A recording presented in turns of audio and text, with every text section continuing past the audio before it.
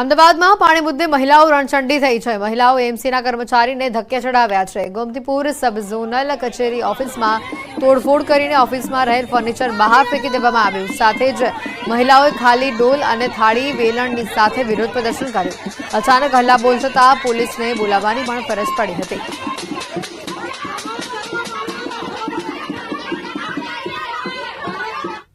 राज्यમાં ભ્રષ્ટાચારનો વ્યાપ સતત વધી રહ્યો છે। સાંસદનો તેમાં એકરાર સામે આવ્યો છે। ખુદ સાંસદે જ તંત્રના ભ્રષ્ટાચારનો ખુલાસો અહીંયા કરી દીધો છે। સાંસદ રામભાઈ મોકરિયાએ મોટો ખુલાસો કર્યો। ફાયર એનઓસી માટે મેં પણ આપ્યા હતા 70,000। સૂત્રો પાસેથી આ માહિતી। ડેપ્યુટી ફાયર ઓફિસર ભીખાભાઈ ઠેબાને પૈસા આપ્યા હતા। જે સમયે હું બિઝનેસમેન હતો ત્યારે આપ્યા હતા પૈસા। સાંસદ બન્યા બાદ ઠેબા પાસેથી મંગાવ્યા હતા પરત આ રૂપિયા। ભીખાભાઈ ઠેબાએ કવરમાં 70,000 નાખી પરત કર્યા।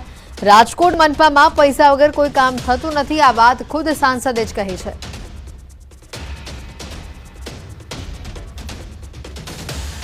સમગ્ર મુદ્દે ન્યૂઝ 18 પણ સવાલ કરી રહ્યું છે। જે ઘટના સામે આવી છે તેને લઈને ઘણા સવાલો છે। ભ્રષ્ટાચારનો એકરાર ખુદ સાંસદે જ કર્યો। એક રાજનેતાના સ્વીકારથી ઘણા મોટા સવાલો ઊભા થઈ રહ્યા છે। સમગ્ર ઘટનાને લઈને ફાયર એનઓસી માટે કેમ 70,000 રૂપિયા આપ્યા તે પણ સૌથી મોટો પ્રશ્ન ઊભો થઈ રહ્યો છે। અને 70,000 રૂપિયા આપ્યા તો પરત કેમ લીધા? પૈસા આપવા એ ભ્રષ્ટાચારને પોષવા જેવી બાબત ગણી શકાય। અને જ્યારે આ સમગ્ર મુદ્દે ખુલાસો ખુદ સાંસદ દ્વારા જ કરવામાં આવ્યો છે, જેને લઈને આ ભ્રષ્ટાચાર ખુલ્લો પાડ્યો કે પછી પોષ્યો તે પણ હાલ સવાલ ઊભો થઈ રહ્યો છે। સાંસદ બન્યા બાદ કેમ પૈસા પરત લીધા?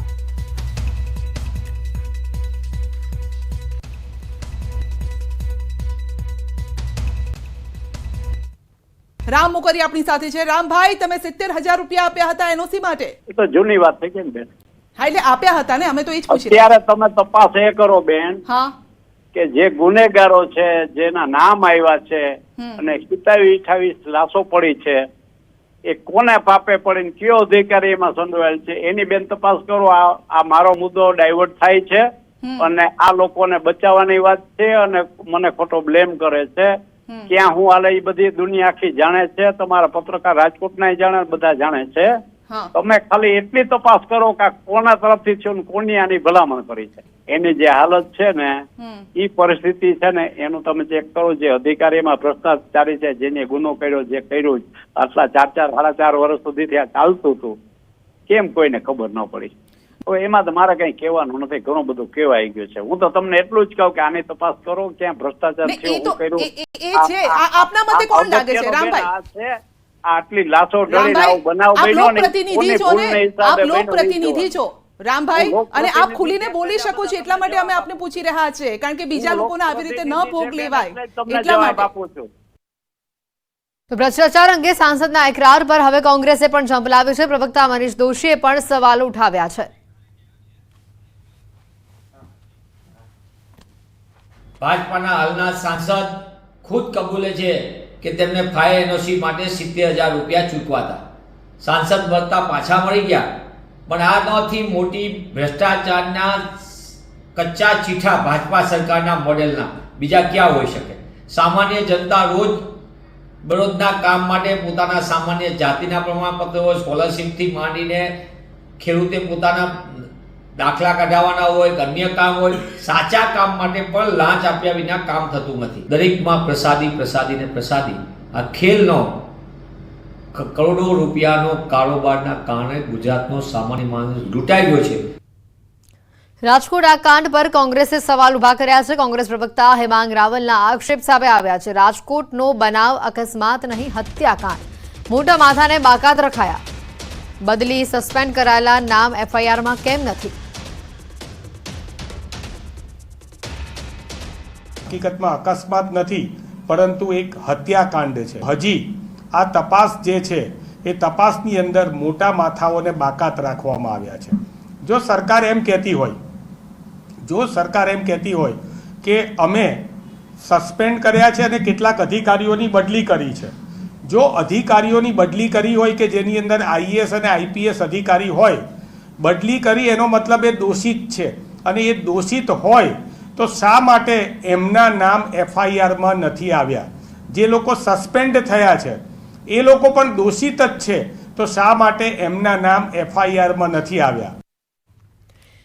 તો આરોપી ધવલ ઠક્કરની ધરપકડ પર કોંગ્રેસે સવાલ ઉભા કર્યા છે. ધવલ ઠક્કર તો માત્ર મોહરો છે. ટાયર પંક્ચરની દુકાન ચલાવતો હતો ધવલ. ટીઆરપી ગેમ ઝોનમાં 14,000નો પગારદાર હતો આ ધવલ. આરોપી ધવલ કેવી રીતે ગેમ ઝોનનો માલિક થયો? પૈસા રોકનારા કોણ છે અને તેની કોંગ્રેસે તપાસની માંગ કરી છે. ધવલ ઠક્કરની જે અત્યારે આબુથી એની ધરપકડ કરવામાં આવી છે, એ ધવલ ઠક્કર સૂત્રો દ્વારા એના માહિતી મળી રહી છે કે ધવલ ઠક્કર તો માત્ર મોરું છે.